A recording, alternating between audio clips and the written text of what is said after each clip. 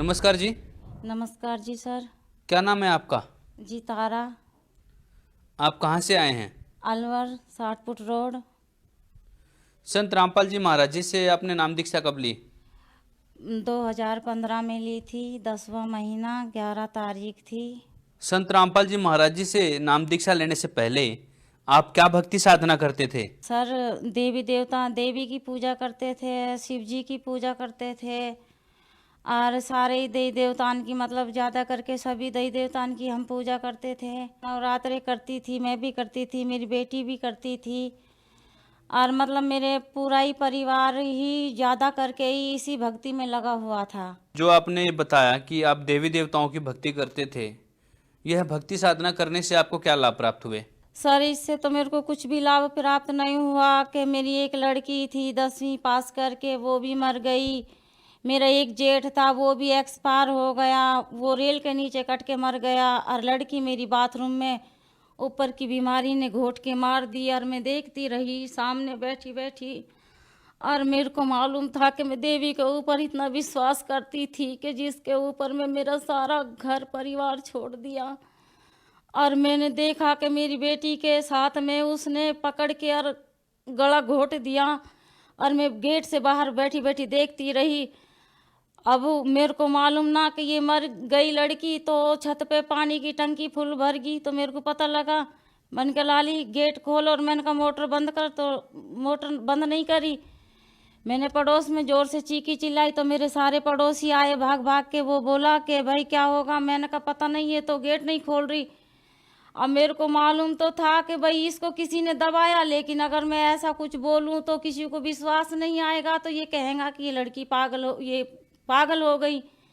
तो इसकी वजह से मैं कुछ नहीं बोली। तो पड़ोसी वो लड़की निकाल के और हॉस्पिटल लेके गया तो उसमें कुछ भी नहीं था। वो लड़की तो यहीं ख़त्म कर दी थी दबा के।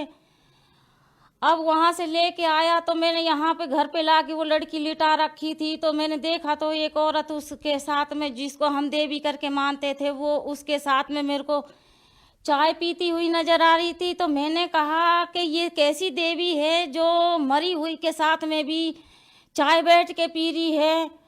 तो हमें भगत जी, अब हम उस टाइम तो हम सर कुछ कह नहीं पाए, लेकिन हाँ कि लड़की को दाह संस्कार करने के बाद में जब हमने हमारे आदमी से बोला कि मैंने कहा मुझे कुछ ऐसा दिखाई देता है और मुझे लड़की की गर्दन दिखाई देती है और बकरे की गर्दन भी दिखाई देती है। तो घर वाले कहने लगा कि तुझे ने कुछ टेंशन हुई पड़ी है लड़की की, इसकी वजह से तू ऐसे बोलती रहती है। तो भगत जी मेरी एक लड़का है 7 साल का, वो ऐसे अचानक से कमरा में वैसे ही खेल रहा था 7 साल का, और बैठे बैठे उसने फांसी लगा ली, गर्दन पे फांसी लगा ली। तो मेरी लड़की कुछ लेने के लिए आई थी, तो वो देख के एकदम तो और जोर से चिल्लाई पापा मम्मी। तो मेरा परिवार भी मेरे पास ही था कुछ, तो आया भाग के, तो देखा तो लड़का मेरा बकस पे पड़ा हुआ है और गर्दन चुन्नी से बांध के खिंची हुई है। उसको निकाला तो हमारा छोटा वाला लड़का मेरा 1 साल 11 महीना का था वो। तो छोटा लड़का देखा तो छोटा लड़का बिल्कुल खूनों में नहा चुका था। तो हम भाग के शाणा के पास गया। उन्होंने कहा कि भाई 10,000 रुपया लगेंगे तो हम तेरा पक्का इलाज कर देंगे, वरना अभी तो तेरी लड़की गई हैगी तो तुम्हारे घर से कोई और भी जाएगा। तो मेरे को शक था कि या तो मैं जाऊं या फिर मेरा आदमी जाएगा। उन्होंने 10,000 रुपया मांगा, हमने 10,000 रुपया दिया, कुछ भी फायदा नहीं हुआ, कुछ भी। उसके बाद में हमारे पास एक भगत जी आता जाता था, लक्ष्मण भगत जी। तो उन्होंने कहा कि आप हमारे गुरु जी का नाम ले लो। मैंने कहा भैया हम तेरे गुरु का नाम कैसे ले, मैं अब हम दई देवता कैसे छोड़े? तो बोले तो तुम क्यों, तुम्हारे ऊपर इतनी बुरी परेशानी आ रही हैगी कि वो हमारे घर पे आते जाते रहते, वो उनको सारी बात का मेरे घर का पता, हम उनको कुछ बात भी नहीं बताते थे। तो वो हमारे घर पे आके चुपचाप ही बैठ जाते थे और मैं कुछ नहीं बताती थी उसको कि भाई हमारे घर पे कोई सियाना तांत्रिक आएगा, मैं कुछ नहीं बताती थी। फिर भी कुछ ना कुछ बात के ऊपर तो उनको मैं पता लग जाता था। मैंने कहा हाँ भाई वहाँ करवाया था, मेरे को फायदा नहीं हुआ। तो वो भगत जी बोला कि तो ऐसे करो, आप हमारे गुरुजी का नाम ले लो। मैंने कहा मेरा पापा भी तांत्रिक है, मेरे पापा भी शानपत करते हैं। तो मेरे पापा बोला कि तू चल तेरा इलाज मैं कर दूंगा, तेरी ज़्यादा कुछ हालत खराब है। तो मेरी सर ऐसी हालत हुई पड़ी थी कि ना मैं खाना खा सकती ना मेरा बड़ा लड़का खाना खा सकता था। मैं ये कहती थी कि परमात्मा मेरे को 2 गाँस में रोटी खा लूं तो कम से कम मैं पानी तो पी सकूं, लेकिन मैं 2 गाँस रोटी भी नहीं खा पाती थी। तो मेरे पापा और मेरी मम्मी आई, मेरे को साथ में मुबारकपुर लेके चली गया। अब मेरे को इलाज करने लगा तो मेरे पे तो कुछ असर ही नहीं पड़ता पापा का कि भाई क्या कर रहा है। मैं जोर जोर से चिल्लाती और जोर जोर से ये रोती कि भाई मेरे को कोई बचा लो, अरे मेरे को कोई बचा लो। मैंने सर ये भी कह दिया था कि अगर कोई मेरा घर मकान लेना चाहता है तो मैं मेरा घर मकान भी दे दूं, लेकिन मेरे बच्चों की मेरी जिंदगी बच जाए, मैं किराया में मेरी जिंदगी निकाल लूंगी। मेरी लड़की तो गई, लड़की जाने के बाद में दूसरी लड़की अब मेरी 12वीं में है। वो लड़की भी मेरी वही बात बोलने लगी जो लड़की मेरी बड़ी वाली बोलती थी। बड़ी वाली लड़की मेरी बोलती थी, मम्मी आप टेंशन मत करना, मैं मरूंगी। मैंने कहा नहीं बेटा ऐसे नहीं बोले करते। जब वो ऐसी बात बोलती थी तो मेरा बड़ा दिल घबराता था। मैंने कहा ये मेरी बेटी मेरे साथ क्या बोलती है। मुझे क्या दिमाग में आता था कि आप कहीं कोई गलत लाइन तो नहीं है आपकी जो आप ऐसे बोलते हैं। बोले नहीं मम्मी तू पागल है, मैं ऐसे कभी नहीं सोच सकती। तो बेटा आप ऐसे क्यों कहती हो। हमें मालूम नहीं था कि भाई इसके कुछ ऊपर की बीमारी आती है और वो आके बोलती है। तो मैंने कहा नहीं बेटा ममता मैं तेरे बगैर जी नहीं पाऊंगी। तो वो कहने लगी मम्मी 1 साल नहीं जियोगी, 2 साल नहीं ठीक होगी, तीसरी साल में अपने आप ठीक हो जाओगा। 1 साल मुझे कोई ना मिला, दूसरी साल में मुझे संत रामपाल के चर्चे मिले। तो मैंने ना पानी पिया ना मैंने खाना खाया। मैंने लक्ष्मण को बुला के बोली भगत जी मेरा तो कोई पता नहीं कि मैं बचूं कि ना बचूं, लेकिन मेरा बच्चा तो है। भाई तू मेरे को इन्हें तेरे गुरु का नाम दिला दे, अब मैं सब कुछ छोड़ दूंगी, मुझे कुछ भी नहीं चाहिए। तो लक्ष्मण भगत मेरे को जयपुर लेके गया था। भगत जी हमारे पास में 1 रुपया भी नहीं रहा था, क्योंकि हम साड़ आन के दे दे के बिल्कुल दुखी हो गए थे। फिर हमें लक्ष्मण भगत लेके और वहाँ पे वो खुद ही तो पैसा दिया उसने और हमें खुद ही जयपुर लेके गया। जयपुर में हमें नामदान दिलाया। हम ऐसे हाथ पैर हो गए थे भगत जी, मेरे बेटे का भी और मेरे भी। और अगर मैं ऐसी खड़ी हो जाती तो मेरे सूट और सलवार निकल के ट्रेन में गिर जाती थी। फिर हम वहाँ संत रामपाल जी से हमने नाम दीक्षा ली। बहन जी संत रामपाल जी महाराज जी से नाम दीक्षा लेने के बाद आपको क्या लाभ प्राप्त हुए। ऐसा है कि कम से कम जिस टाइम पे हमारे साथ में ये बाधा एकदम से आई थी, कम से कम ना तो 5-6 लाख रुपया का हमारे ऊपर उस टाइम पे कर्जा था।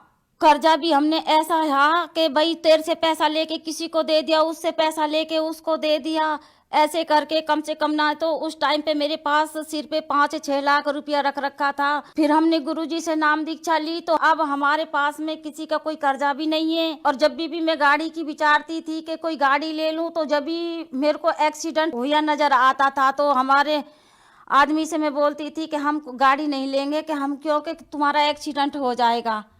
और अब हमने यही महीना में 6 तारीख को गाड़ी निकलवाई है संत रामपाल जी से इजाजत लेके। तो अब हमें कुछ भी परेशानी नहीं है, अब हम एकदम ठीक हैं। खूब मेरे अच्छे बच्चों को चाहे मैं कुछ भी खिलाऊं कुछ भी पिलाऊं, मेरे बच्चों को कुछ भी नहीं होता है, अब ठीक ठाक रहते हैं। मेरी लड़की भी ठीक रहती है, मैं भी ठीक रहती हूँ।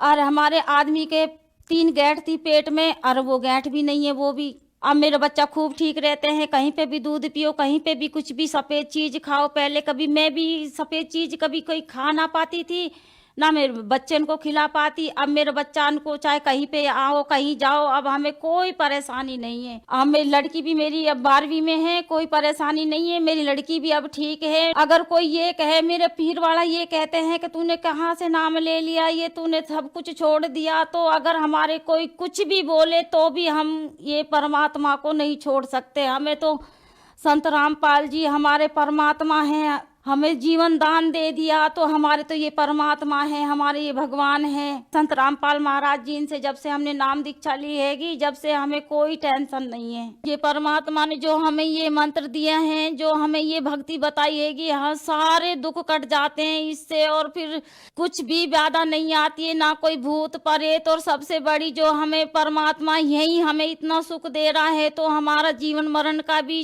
दुख कट जाए। जीवन मरण से 84 में ना घूमे हम, 84 में ना भटके। हमें पूरा विश्वास है कि हमारा मोक्ष होगा। जब पृथ्वी पे कोई ऐसा तांत्रिक हमें नहीं मिला, कोई ऐसा हमें भगवान नहीं मिला कि जो हमारी बीमारी काट सके। आज 20-20 साल से हम कभी नींद भर के सो ना पाए, और जब से हमने रामपाल संत का नाम लिया है, जब से हम आराम से सोते हैं, तो हमारा मोक्ष तो अपने आप ही हुआ पड़ा है। कि क्यों हमें 20-20 साल होगी कि हम सो ना पाता था। जब तक हमारे आदमी हमारे घर नहीं आता था तो हम इधर उधर घूमता फिरता। अब हम किसी से ये भी ना बोल सके कि भाई हमें कोई प्रॉब्लम है, तो अब हम क्यों ना माने कि भाई हाँ हमारी मोक्ष होएगा। बहन जी, आप जन समुदाय को क्या संदेश देना चाहेंगे? उनको मैं यही कहना चाहती हूँ कि ये पत्थर पूजा छोड़ दो, कुछ मत पूजो, सिर्फ संत रामपाल से नाम दीक्षा लो और अपना मोक्ष करो। कि क्यों तुम ये अपनी दशा खराब कर रहे हो, कि इतनी बुरी दशा हो जाएगी कि बस पूछो मत। क्योंकि हमें मालूम है, हम इतनी भक्ति पूजा करते थे कि हमें 4 बजे तो नहा के हम मंदिर चले जाते थे। तो हमारे जितना हम घर में नहीं खाता था, इतना तो हम मंदिर में इनको पत्थरन में लगा देता। जब हमें कुछ लाभ ना मिला तो हम तो कहें कि परमात्मा किसी को भी लाभ नहीं देगा, ये पत्थर पूजा में जो घुसे हुए हैं। हम तो यही कहती हूँ कि सबसे कि सब संत रामपाल जी से दीक्षा लो और अपना कल्याण करवाओ। धन्यवाद जी। साहिब। संत रामपाल जी महाराज एक ऐसे महान संत जिन्होंने अपनी सतभक्ति, तत्व ज्ञान, करुणा और सेवा के बल पर समाज में नई मिसाल कायम की है। संत रामपाल जी महाराज की अगुवाई में उनके सभी सतलोक आश्रमों से समाज कल्याण के अद्भुत कार्यों ने समाज को सुनहरे भविष्य की एक नई उम्मीद दिखाई है। संत रामपाल जी महाराज से नाम दीक्षा लेने के बाद लाखों लोगों की लाइलाज बीमारियां जैसे कैंसर, एड्स आदि ठीक हुई। संत जी के ज्ञान से प्रेरित होकर उनके अनुयायियों ने लाखों यूनिट रक्तदान किया। संत जी ने लाखों बहन बेटियों का दहेज मुक्त विवाह करवाया।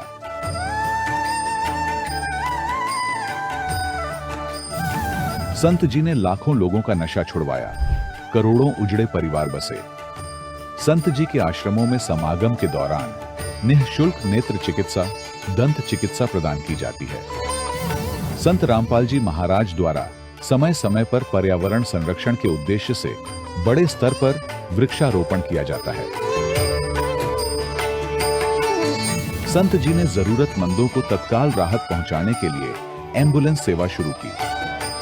संत जी अपने अनुयायियों को देहदान के लिए प्रेरित करते हैं, जिससे मानवता की सेवा और चिकित्सा क्षेत्र में सुधार हो सके। संत रामपाल जी महाराज के सभी आश्रमों में हर रोज निःशुल्क भंडारा आयोजित किया जाता है, जहां हर वर्ग, हर जाति और हर धर्म के लोग एक साथ बैठकर भोजन करते हैं।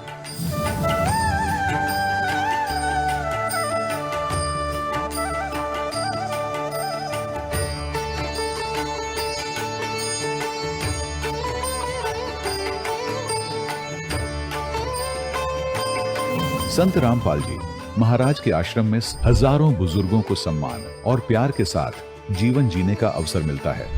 उनके खाने, रहने और स्वास्थ्य की पूरी जिम्मेदारी संत रामपाल जी महाराज उठाते हैं।